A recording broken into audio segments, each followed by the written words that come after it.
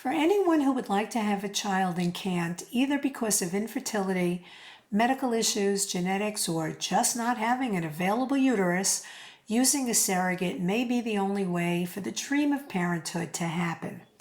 Many of us are familiar with surrogacy from hearing about celebrities who have had a child by a surrogate, such as Andy Cohen, Anderson Cooper, Alec Baldwin, Jimmy Fallon, Kim Kardashian, and Neil Patrick Harris, to name a few.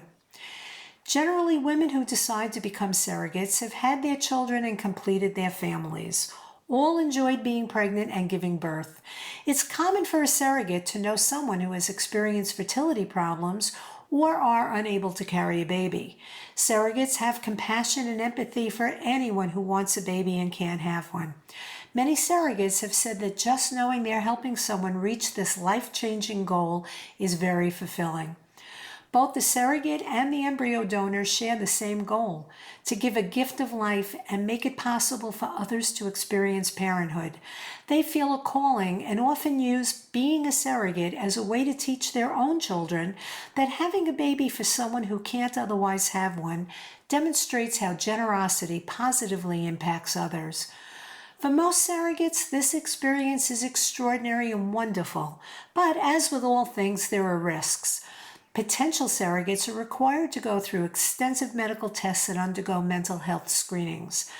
The physical demands of being pregnant, attending appointments, and treatment can be challenging physically and emotionally. A surrogate needs to be aware of how approximately a year of her life will be affected both positively and negatively. Finding the right surrogate is immensely important. Generally, the intended parent will work with an accredited surrogacy agency or a reproductive attorney. One of the first questions intended parents should ask whoever they work with is how their surrogates are screened and if the screening is done prior to being matched. The screening process helps to understand a woman's motivation to become a surrogate, what their support system will be, as well as their physical and emotional history. It also ensures protection and security for intended parents who match with them. Prior to any meetings between the intended parents and surrogate, applicants will be interviewed, background checks completed, health and pregnancy history taken, and evaluations conducted. Taking the right steps and precautions in finding the perfect surrogate is vital. There are two types of surrogacy: traditional and gestational. A traditional surrogate is artificially inseminated with the father's sperm, which makes her the genetic mother and the sperm donor the genetic father. A gestational surrogate is a woman who carries a donated embryo for an intended parent or parents. The embryo is not genetically connected to either the intended parent nor the surrogate. Embryo donation works the same as most other surrogacy cycles, except there is no IVF procedure performed. Growing your family through surrogacy means bringing two important people into your life: your embryo donor and your surrogate. Although the gestational process seems to mostly be about biology and finances, there is a very important human factor involved. When using a surrogate, intended parents are able to bond with their child as the child develops. Strong relationships between surrogates and intended parents lead to smoother, more successful journeys. Sometimes, the surrogate is a friend or family member.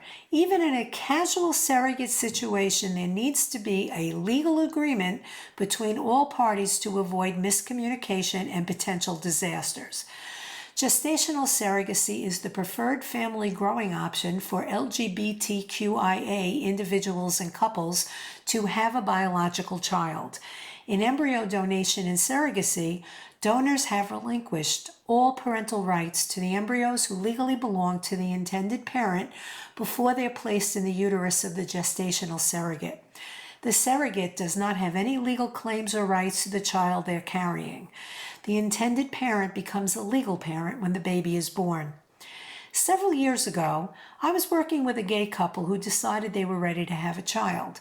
Because there were very few adoption options for the gay community at that time, they decided on surrogacy and did extensive research for quite some time before choosing a surrogacy agency to match them. The agency helped by screening potential surrogates, providing legal services for both parties, and acted as a go-between. At first, all seemed well between the two fathers. One was the biological parent, their chosen surrogate, and their agency. The fathers were clear in their expectations, as was the surrogate, and all parties were in full agreement about finances.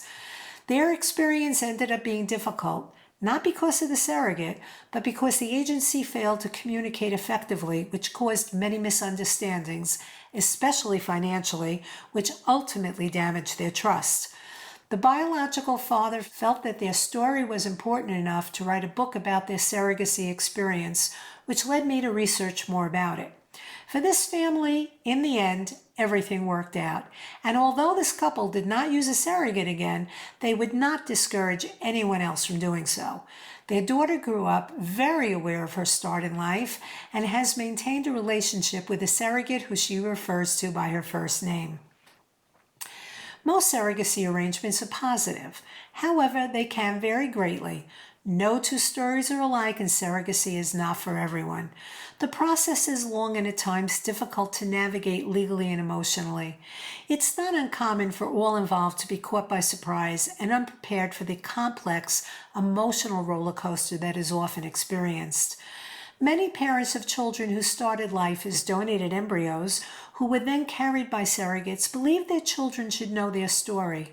For some intended LGBTQIA parents, building a relationship with their embryo donor and surrogate will allow a child the opportunity to know the women who helped create their family. Deciding on how much, if any, information and future contact between the embryo donor, surrogate, and intended family needs to be decided when first working together, and the agreement can be tweaked in the future. Ensuring success is the goal of all parties involved in surrogacy. Sometimes things go wrong due to not having clear expectations of each other and the process. Understanding the complexities of how a surrogacy arrangement works is vital. Reaching agreements about social media in the early stages of the arrangement is important. Sometimes promises and commitments are not kept. It's important to consider each other's fears and expectations. For all concerned, working through thoughts and feelings is important. Surrogates and their partners need support, as do the intended parents. Focusing on the relationship between the surrogate and intended parents and accessing good quality legal advice and counseling from professionals with reputations for supporting surrogacy is vital. Surrogacy is a selfless act that warrants respect and admiration for any woman who's willing to serve as a surrogate. It's important to remember that surrogates have to endure the 9 months of pregnancy, knowing they will be turning the child over to the intended parent immediately after the child is born. It's hard to imagine the emotions that come into play for all involved as the donor and surrogate gives the gift of a child to someone who may have thought this dream could never be fulfilled.